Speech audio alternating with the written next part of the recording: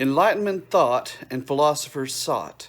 I am, as always, your host, Christopher Paul Dugdale, MEDMA. We are Duncanville High School in these United States. And today is November 5th, 2020. And on this date in history, in 1604, Guy Fawkes tried to blow up Parliament and basically start everything in Britain all over again. So, please don't do that today, okay? To make things so you don't go and blow up Parliament today. Today also is the day I was supposed to be born. You know, I was 3 weeks late. They had to cut my mom open with a samurai sword, and then I came splooshing out, and my dad falls over on the ground and goes, "I thought she smelled bad on the outside." That's actually from Empire Strikes Back, whenever they cut open the Tauntaun. So, anyway, sorry about the alliteration to a movie. Following the events of the last unit, there was really an explosion with the scientific method being used in other eras of life. A lot of it's had to do with politics and social sciences, and they thought that through observation they could be able to make the same groundbreaking discoveries that were done in science.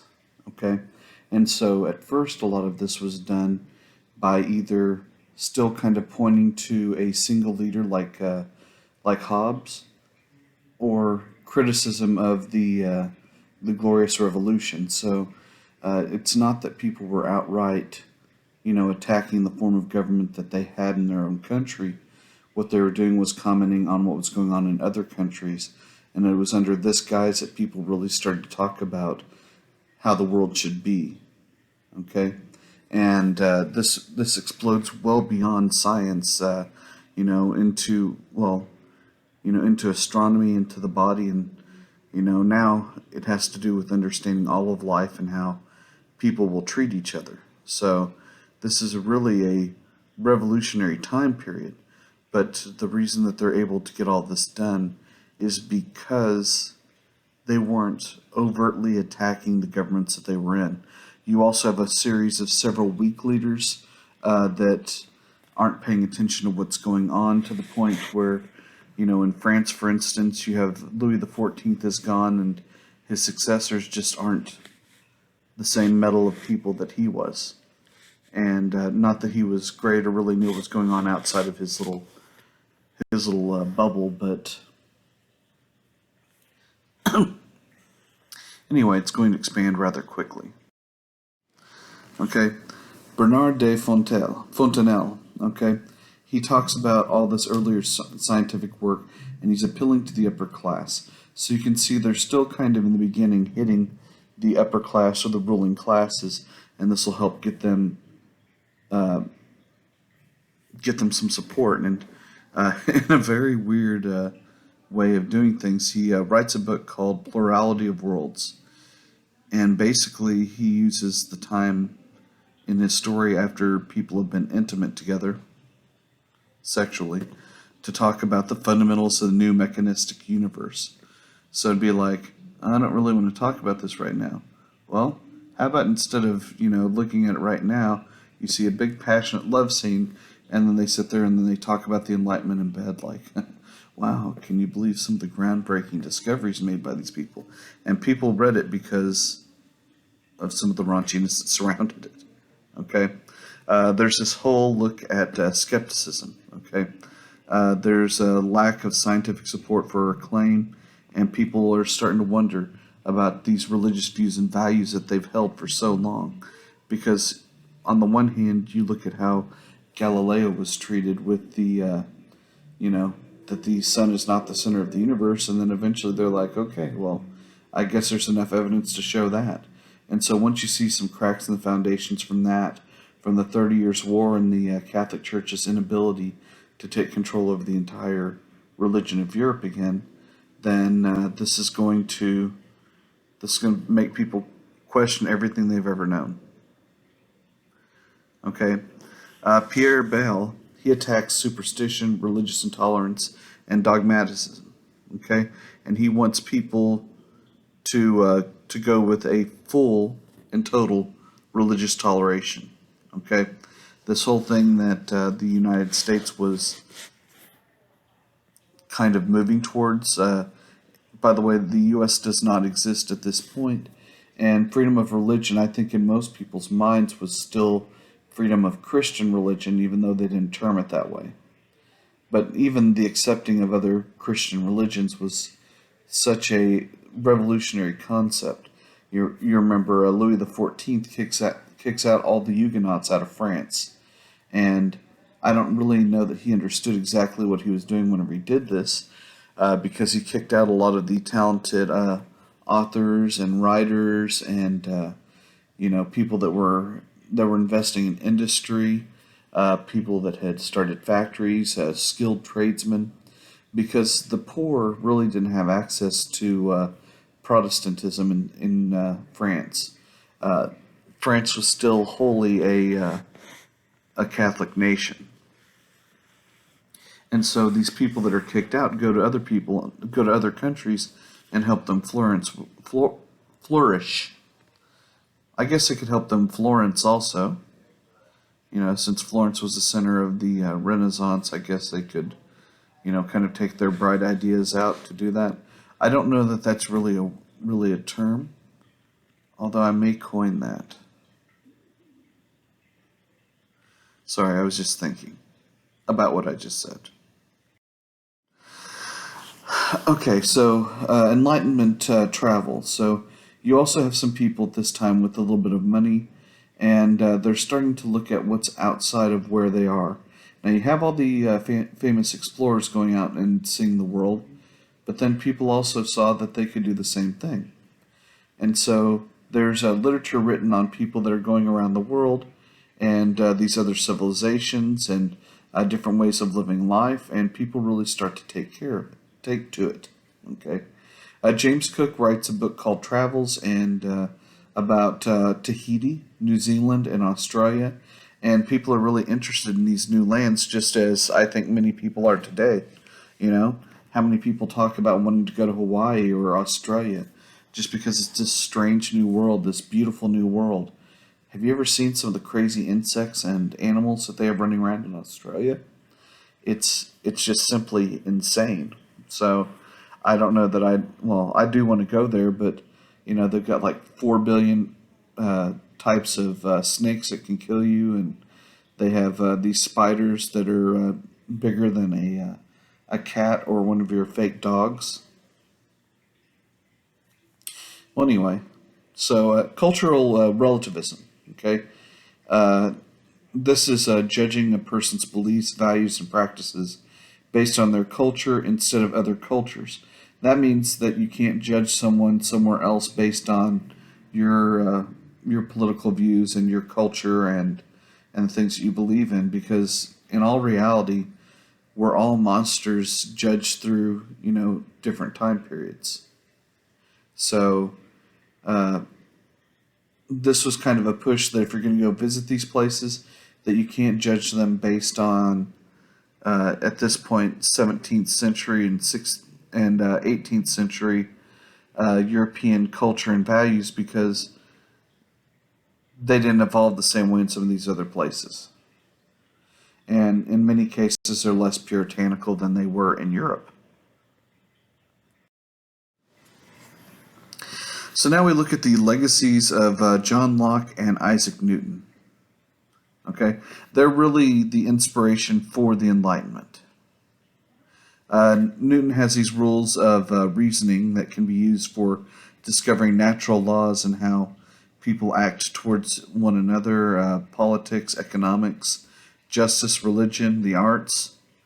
And John Locke was pretty revolutionary in this concept that all men or all people were born with a tabula rasa, or a blank state. Okay, and basically this is the nature versus nurture argument. Okay, and John Locke saw everyone basically as a nurture instead of a nature. That everything you know is from the environment around you, and nothing has to do with your parents. Okay, it's reason that helps you understand the world around you, not faith. And so these two things going together, which try and make it seem as if there's no absolutes and that you can basically make everyone into anything you want. This is kind of the foundation of the new world that's coming into existence at this time.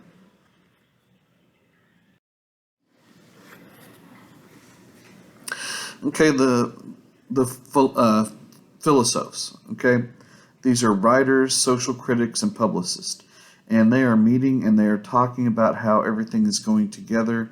This is something that really goes into France, but they kind of represent all the great thinkers of this time. So they're trying to put together some type of system, using the scientific method to try and study this type of the world. Okay? And a lot of leaders are going to look at this and think to themselves, you know what, I can be this person. Okay? So the same people that we would think of as absolutists in the last unit, now we might call them enlightened despots. Okay? So they think that they're making the world better, or they might be looking at some of these pieces to make the world a better place. And, that's their contribution to society. Okay? And a lot of these people will see these philosophers, these philosophers, and bring them in and use them as advisors. So this is kind of the way that they're putting together the world. They're trying to do it in a more enlightened way so that they can make the world a better place for everyone.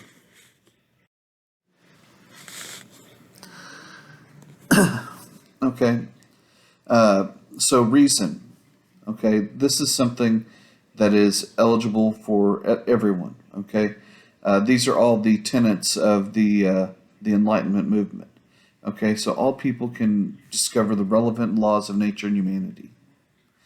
There is nothing that you cannot know, and we can do anything if we just put our thought and our effort into it.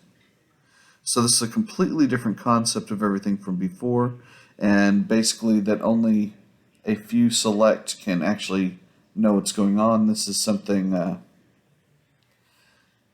little bit different, a little bit that goes beyond this. Secularism, okay? This is basically trying to take religion out of everything, okay? They want to separate religion from public life. A lot of the philosophers were atheists, but not all of them were atheists. But they wanted something rational that they could hold on to, something science-based where, it could be observed, and this whole thought of faith was something that they were trying to break away from in society, because you have to admit that throughout history, religion's been perverted by the leaders of countries to basically make it do whatever they want it to do. And in the case of absolutism or divine right of kings, basically anything you want to do was fine because God was behind you. Okay, equality. So throughout history, and this includes the United States even today, if you look at the election, people don't trust the masses to rule. Okay, the masses are really reactionary. They're more likely to, to do something that they would regret. A lot of wars are started, by getting people's passion and hatred for a certain event, and then after a short period of time, they'll lose support for these things going on, and so it's one of the reasons they have fear of the average person. Okay, so as you can see, on the left, I always like this. You have equality and you have equity. Okay? And equality is everyone has the same thing, but then equity tries to make everything equal for everyone. Okay? And you can see that in the two images, so try not to get confused between equality and equity because they are asking for two different things. And, I do believe in equality, that everyone should have the same rights, equity is a lot harder to enforce. I'm not saying I don't believe in it, but it's much harder to enforce equity than it is equality. Okay, and progress. The pursuit of knowledge should yield practical benefits for all of mankind. All of this stuff we're doing should be making the world a better place. So the Baron de Montesquieu, okay, he writes the Persian letters, okay. This is making fun of, basically, this is a way of making fun of what's going on in your country without saying it's making fun of your country, okay. They have two foreigners in France that are talking about how ridiculous they see everything going on, including the Catholic Church and the monarchy. I said that people were kind of careful in how they attacked everything. Well, he thought this would go over everyone's head, but everyone understood exactly that he was attacking what was going on in France. And it's going to get him in trouble. The spirit of the laws, basically the reason that the world was the way that it was is because of where you lived. The geography and climate of where you lived helped to determine the laws and the form of government for the places that you lived. Okay? Really large nations are forced to be despotic because they have such a large area to control that they have to have tight reins on the people. Okay, medium nations are a monarchy where there's a little bit more freedom, but not quite as much as you could have in a place like Switzerland. Okay, where you can have a republic and the people can be part of it because you have a pretty you have a basically everyone in there is the same. You have a very small group of people. It's easier to control a group of people like that and, get a better view on what the people want. And so you have a more harmonious government because the nation's small. And all of this spirit of laws is really going to favor Britain because they're moving more towards a separation of powers. They do have a monarchy, but it's been replaced with the English Bill of Rights with something more of a shared government between Parliament and the King. So this is a concept that the United States will embrace later on.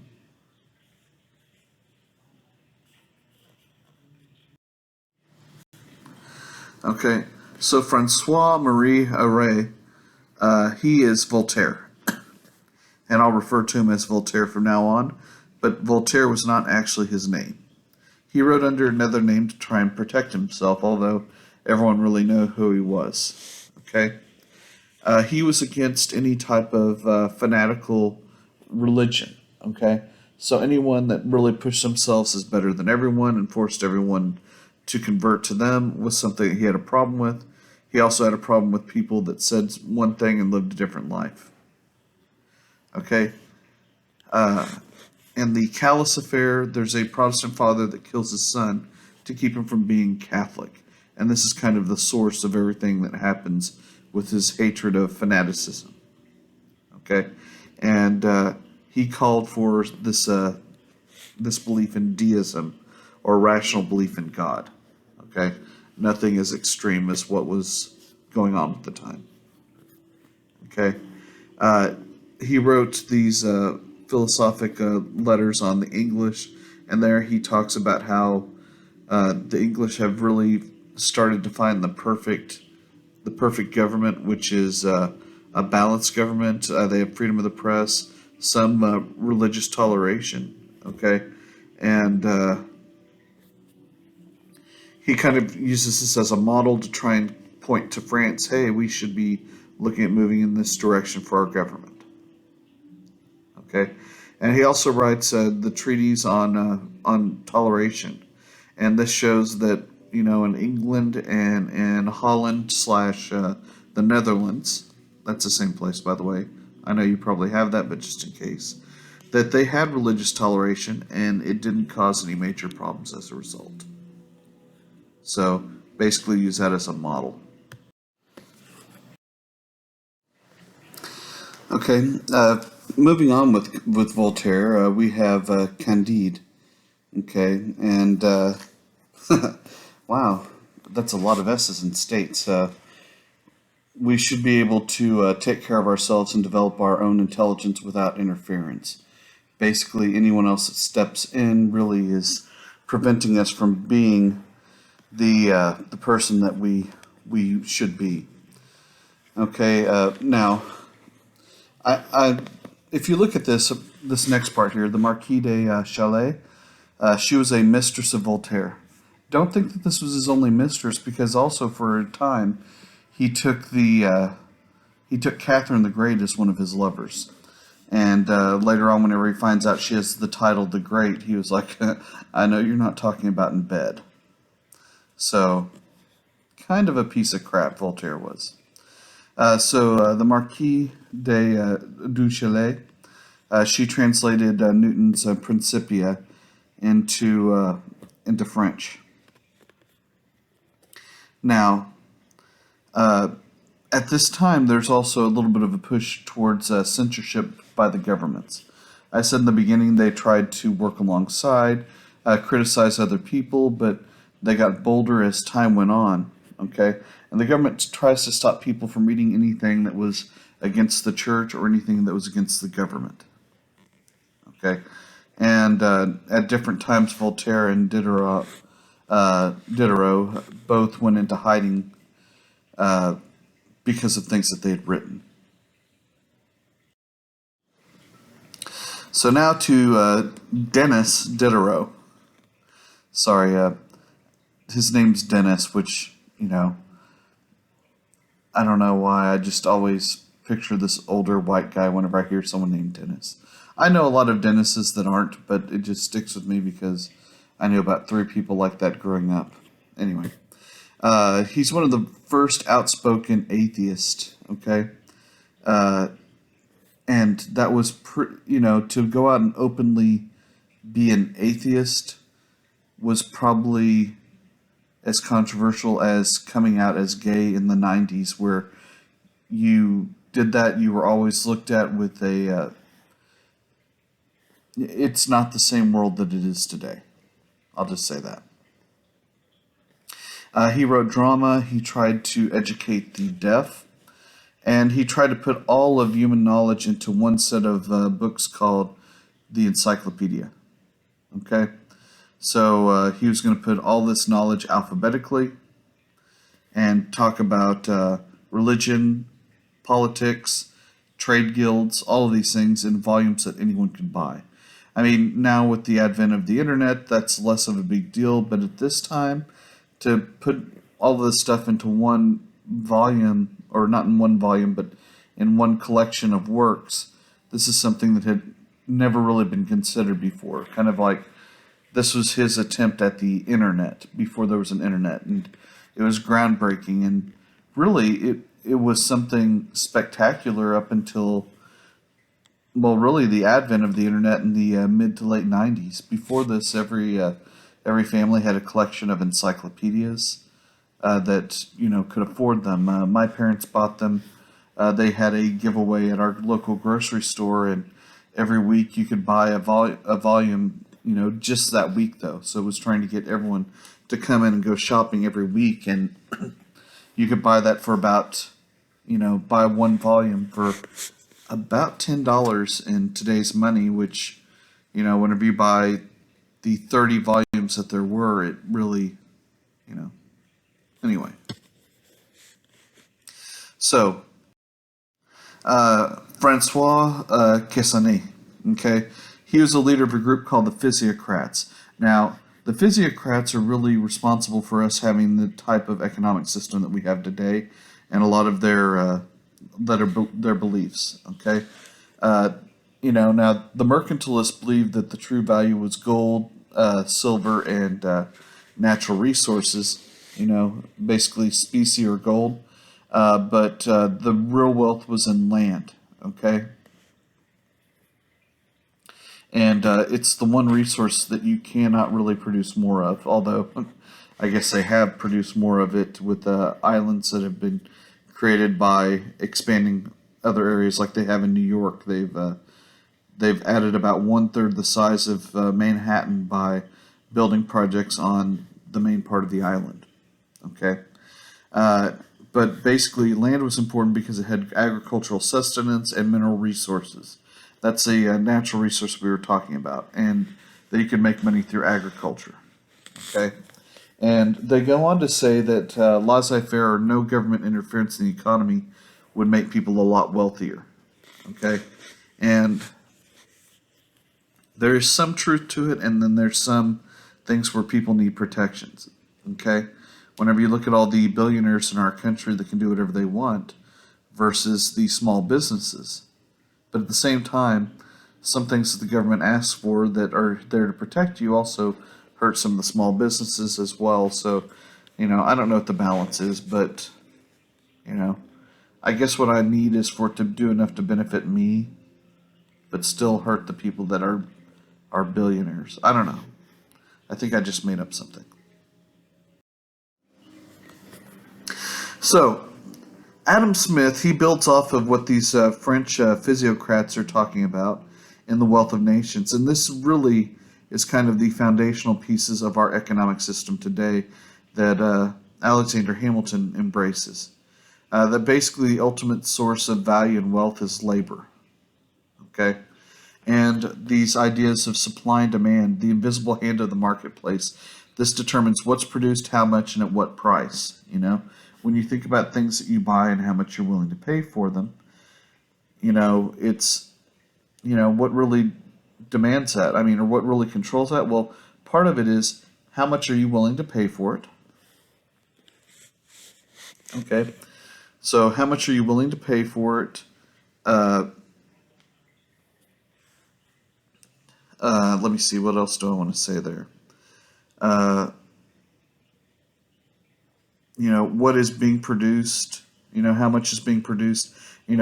Like right now, the iPhone 12 is out, and people are paying $1,000 and in some cases $1,400 for this new phone. Okay, and they're paying this because, or Apple's charging this because people are willing to pay it. And they'll pay for it because it's all new. But the problem is they have to keep coming up with new products because in a year people won't be paying that same premium for those goods. In fact, if you look at it, the iPhones that came out just 2 and 3 years ago that people paid $1,000 for, $800 for, are now closer to around $200 to $300.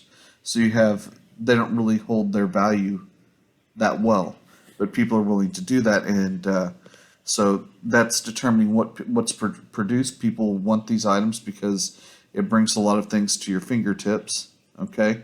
And the price, if sales go down, then they're going to have to do one of two things: either change the price of everything, or, make a product so good that everyone wants to jump on it.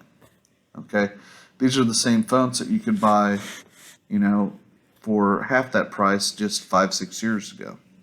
So, nations would benefit from free trade without artificial tariffs. A lot of industries in countries were developed because of tariffs, which made you buy goods from where you were instead of being able to go anywhere in the market. And I would still contend that it's better for the country you live in to buy goods from that country instead of buying them from other countries. Sorry, hiccups. And also, worker specialization would have greater efficiency. People would be great at what they did instead of making all the different parts.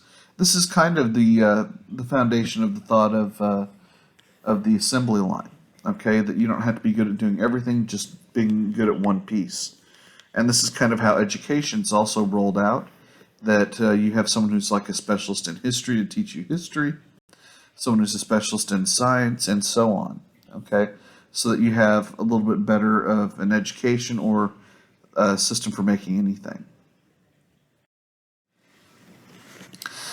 So, David Hume, okay, he writes something called the Concerning Human Understanding, okay, and that basically stable knowledge comes from immediate knowledge, and that the closer you are to an event, the more that you understand it, and as you get further and further away from it, it's less reliable. You see it through through a different viewpoint, and it kind of changes the filter on how you've learned what's going on around you. Okay, dialogues concerning national religion. Dear God, not able to speak anymore. Okay, it's kind of weird talking to your monitor this long. Okay, so dialogues concerning national religion. Okay, so there's these skeptical and agnostic views. Agnostic means that you're not sure that a God exists. Okay, and so these type of looks at it uh, help reinforce the existence of God. Okay, uh,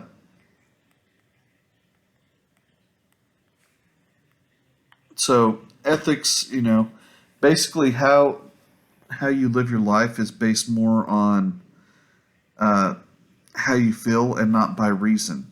Okay, so it's kind of a pushback from the Enlightenment. The Enlightenment really pushes on reasoning and pushing to understand something, and all David Hume is doing is saying that, you know what you know right now in this minute, that's what's important, not what you can figure out over time. Okay, and that it's not reason, it's feeling. Okay. So for Star Trek fans, he's not a Vulcan.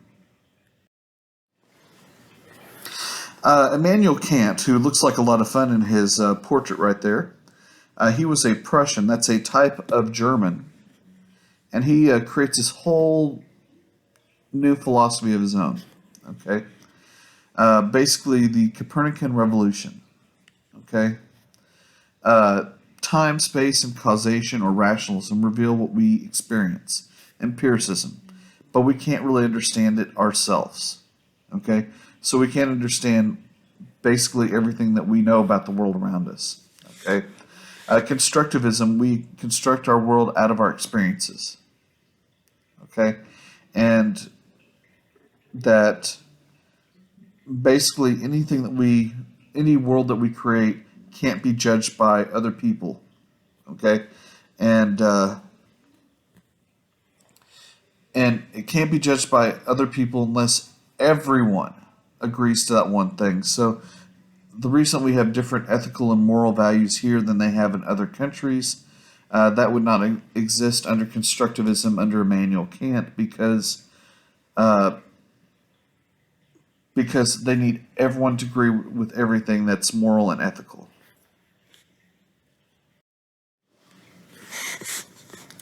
And a few more people to help us get to move towards our close today. Okay. The Baron Paul de Orbach, okay, he thought that Christianity prevented moral development and that you shouldn't have anything as that kind of guide that Christianity was. Okay. And the system of nature, God, souls, angels, and spirits couldn't exist because they didn't have a material nature. That you could only believe things that were tangibly in front of you, that you could touch. Okay? You could believe in your parents, you could believe in your grandparents if you met them, but their great-grandparents, they didn't have that same realism. Okay? So basically God didn't exist, according to the Baron de Horbach. Okay? The Marquis de Condorcet, he was arrested during the French Revolution. He'll die in jail. But he was writing for equality, and this even included women, which was something that wasn't even being looked at this time. Okay, he wanted justice, constitutional government, individual liberty. Things that the French Revolution was really pushing for, but he was one of the wealthier people, so he's going to get attacked during the French Revolution for that reason. Okay. The progress of the human mind, the human civilization is an advance of scientific thinking and freedom and happiness. Okay? I'm not even going to touch on that as well, but I do find it ironic that he died for the same causes that people were fighting for, killed by the people that were fighting for them. And Jacques Rousseau. Actually, Jean-Jacques Rousseau. He was one of the first great thinkers that was from the lower class. Again, most people didn't have time to think about this because they were busy, surviving. Okay? So he's looking at the discourse on the origins of inequity of mankind. Okay? That civilization corrupts mutual association, and there's artificial divisions based on wealth. And basically because we have civilization, we have these divisions in society. And if you want to see where you can go for direction, you go to the noble savage. I don't know if I just said mobile savage, but I was trying to say noble savage. Okay, Native Americans were happy because they were led by instinct and emotion. They didn't have the same societal limitations that Europe did. Okay, the social contract, which is something that's going to help develop the government of the United States. There's a problem with finding a political association where the general will can be realized through the pursuit of a common goal. And so basically what he's trying to do is try and shape and form the general will of the people. And basically a social contract is one that we just inherently sign with the people that are over us, so that we kind of show that we understand that they're in charge and we're underneath them. Okay? He also goes off into another area, so you can see he's kind of diverse in all the different things he's looking at. Mill showed a new approach for child rearing and education, and basically this is basically the creation of modern childhoods where they're trying to create positive experiences instead of just focus on reason and rote memorization. So it's a push towards something different than had come from before. So this leads us to the end of today. I hope everyone has a fantastic day. Go out, do something beautiful today. Pet an ostrich. Okay? Feed a flamingo. Do something amazing today. This is Christopher Paul Dugdale, MDMA, and I will see you on the other side.